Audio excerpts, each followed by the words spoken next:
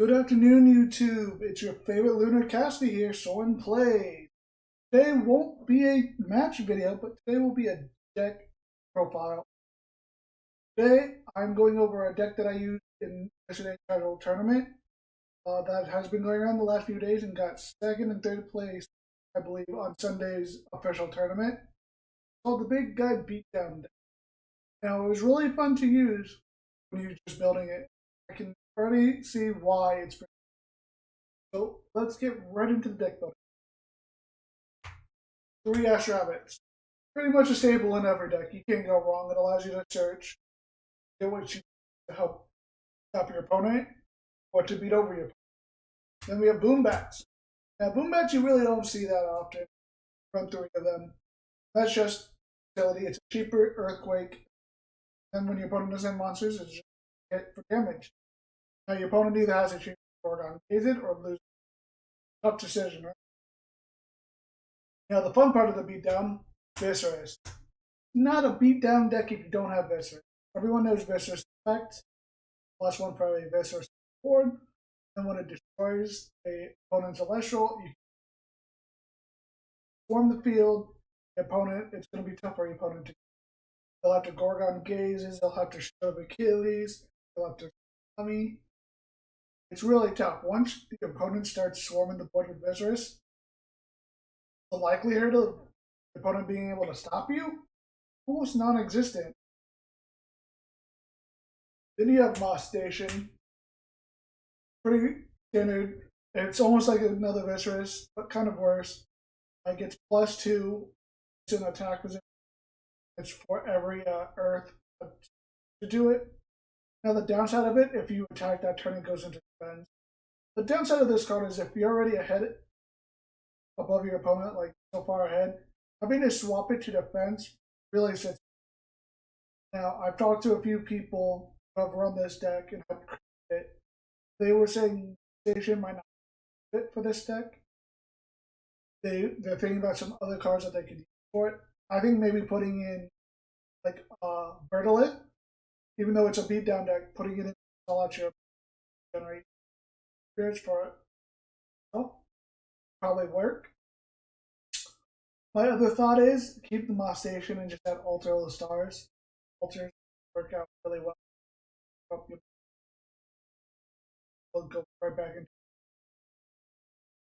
Pretty sure that if your opponent attacks it, the attack, it doesn't swap to. It'll be. I run 3 of those. Then you have 3 Moss Stations, which I'll talk about that in a sec. Everyone knows their effect. But you can't have Moss Station in the beatdown deck without Galaxy. It has to. Unless you want to spend your water resource. I wouldn't recommend. Unless you have abundant of water, which I don't. I'll go over this. Done. The Galaxy Moss Station makes it a 6-1 right off the bat when on the field. It's hard to get over it. You can't even tsunami. They'll have to kill or use Gorgon Gaze. So generally use Gorgon Gaze on Galaxy. So maybe you can figure out an interesting play around that. Around 3 of each. To balance it out. Then for help with room removal, we have 2 Lavalith. The chances of using Lavalith are pretty slim, unless you're up against an deck, which is why it did so well against Team. Because opponent is forming the board, Lavalith comes out and pops. That's it for the Elestral side of things. Now let's move on into pretty standard for most part. Here are some few exceptions. Nectar of the Gods, we run 2 of them. Draw power along with Ash Rabbit.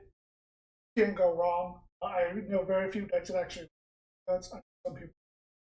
I generally don't, but I get more control more than just dumbass things. 3 Earthquakes. Help prevent your resources from being destroyed, your Moss Stations from being destroyed. Having Earthquakes in this deck is really helpful in generation. Crazy. That's why I really think having a Bertolith really helps. You have to play all very heavy, even though Later on, you'll see some Ambrosia's back.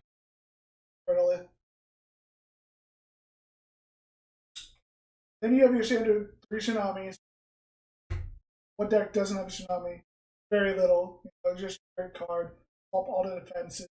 And when you have your your station and Galaxy affected by tsunami, start getting over 3 resting of your laurels. Great combo with Lobolith. Let's say, for example, your opponent has 3 or 4 spirits on the board and you have none. Your opponent has 2 monsters.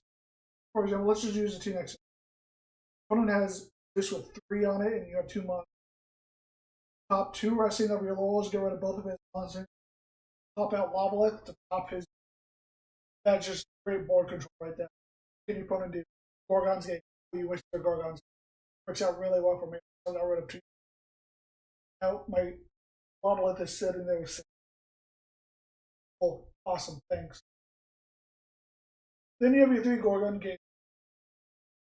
I found Gorgon's Gaze really useful, especially when I was up against a Frost deck.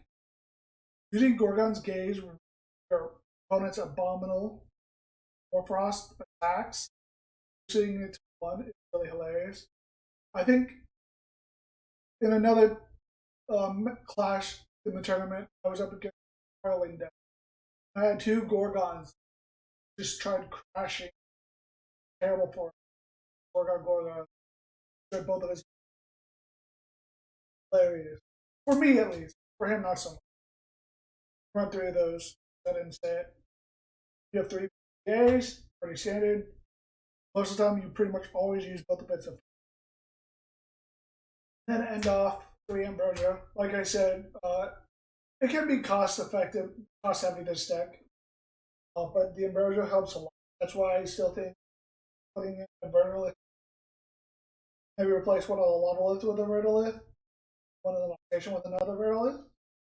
Would it help? But I don't know. I'll play around and find out. That's it for the runes and Elestrals. Now it's a spirit count. 1 wind. Now you may be thinking, why do you have in here? It's mainly for an Ambrosia fodder. Like, you really don't have to worry about it. You can burn or whatever. One of these cards are needed. Then you have 2 of a Pyro. That's enough for a Lobolith. Then you Ambrosia and get it back in case you have to play another Lobolith. You have 4 Zaptors, whether that be for your Boombats or your Astrabbits. I don't really think you need more than 4. Once again, you have the Ambrosias to restore. Probably won't have to play all 4 Zaptors. I don't remember playing any of my 4 clashes. Be using more than 2, possibly 3 Zaptors, or having to do. Then water, you have 6 water. That'll be for your Galaxy. Ratio of that is 9 to 6. Works out really well. Can't go wrong with that. Once again, if you 4 for whatever reason, then you have 7 Atlases. Now 7 is mainly just for the earthquakes and your viscerus, or Moss Station. So I get those 2 up all the time. You can probably go through Earth fast with Ambrosia for this deck. Once again, I'll harp. Maybe Vertilith is another way to go to help make sure that cost heavy for you is less to play your viscerus. That's it for this deck profile. Once again, this was a really fun deck. It was my first time using it. It was pretty short, simple, and easy. Did fairly well against a lot of varieties of deck, especially. So I can see why it did so well in the tournament. I can see there will be some few changes that I might try out with this deck and see. Maybe in the next break, something else will happen to the deck to me. I don't know if it'll always be top tier. just my personal thought, but right now, current meta, really great. So this is Show and Plays. Signing off. Keep making this stellar plays. Bye.